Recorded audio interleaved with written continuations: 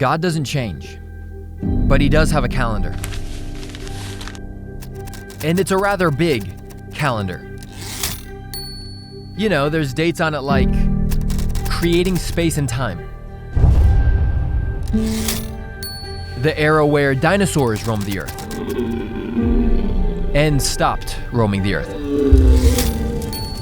and of course, the ones made in his own image, God's prized possession, mankind, to the fall of mankind, thanks to Adam and Eve in the Garden of, well, you know how the story goes, to our present time, mankind's redemption, hence the prophets like Moses given the law, all leading to God's plan from the beginning, walking among us to die for the sin of his creation. But what many people don't realize is that God's calendar didn't stop. In fact, there are so many important redemptive dates on his calendar that many of which occur without us even noticing. But this is a story about a man who did notice a date on God's calendar and what he decided to do about it.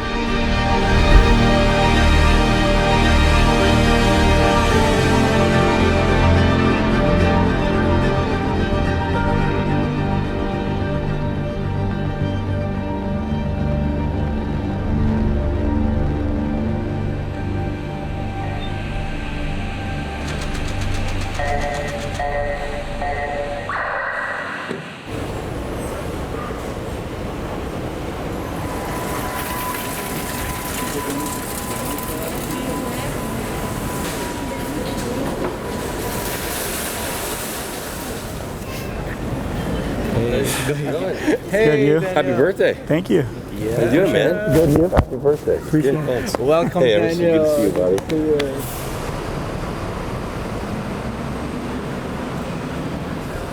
And that at 8 p.m., there's going to be another gathering, just a vision of the sand. But he said that's totally voluntary for you. That's not something that you have to go to. And then he said that they would break into a time of prayer. So that's at 8 o'clock on Friday. And then Saturday, we hit the ground running. Your first stadium, you're at Alliance at 10:15, and then just... Which is here in Sao Paulo. Right, yep. Welcome to Sao Paulo.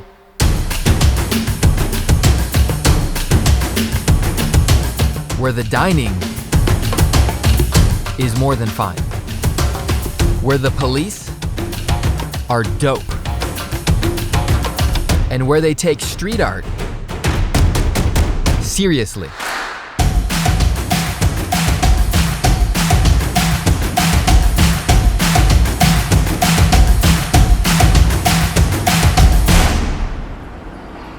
We're starting this series off in Sao Paulo, Brazil, because something special is happening here tomorrow. A Christian event called The Send. A movement that fills stadiums across the globe to send missionaries around the world.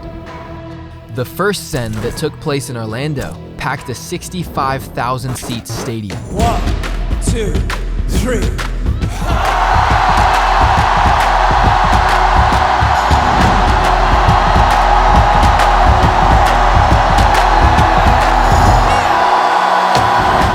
When you hit 10 at night at the end of a 12-hour event and no one wants to leave, something went right.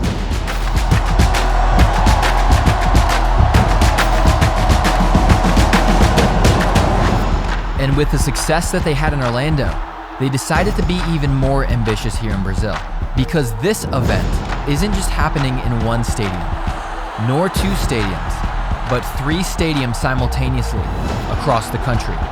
The first 2 being here in Sao Paulo, and the third, which we'll be flying 500 miles to get to, is in the capital of the country, Brasilia. And as amazing as all of that is, that's not the main reason I came here. I actually came here to conduct an interview as soon as this event concludes with this man, Daniel Kolenda. Hallelujah! Who's a key speaker at all 3 stadiums of the Send. Brazil shall be saved! But before we go any further, let me introduce myself. Spring break. You have a good topic. Thank you for having me out. My name is Chris Worthington. part of the documentary. And I've been making movies pretty much my entire life.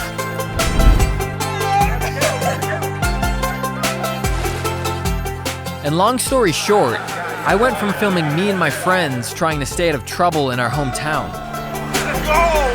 to filming things like this.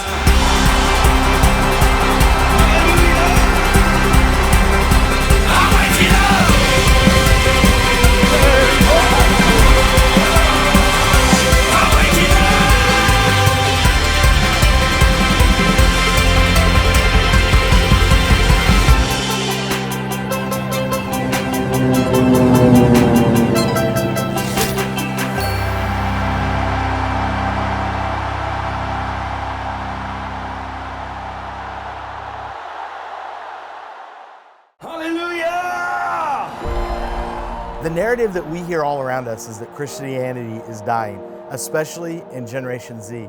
We have a young filmmaker, 24 years old, who heard about these incredible crowds gathering around the world. His question was, is this AI? Like, what's really happening?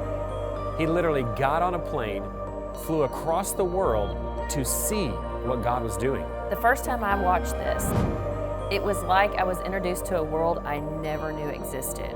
So many people are asking, what's happening with Christianity? What's happening with God? How does the world just seem so hopeless? Well, when I saw Multiplied for the first time, I saw what God has been doing. I mean, the film is done so well. It's so funny, it's entertaining, it's energetic. I felt like I went on a journey with Chris. After the passing of Billy Graham in 2018, and then the passing of Reinhard Bonnke in late 2019, I was left with a question. What does the future of evangelism look like? What does Christianity look like moving forward? And honestly, who's going to replace them? And what I discovered is it's not about replacing Reinhard Bonnke. It's not about replacing Billy Graham. It's no longer about a select few famous evangelists, but about an entire generation of thousands, tens of thousands, hundreds of thousands, preaching the gospel all over the world.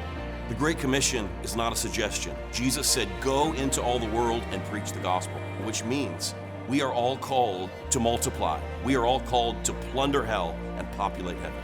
Mark 16:15 says, go into all the world and preach the gospel to all creation. That's what we're called to do, and that's the heart behind Multiplied.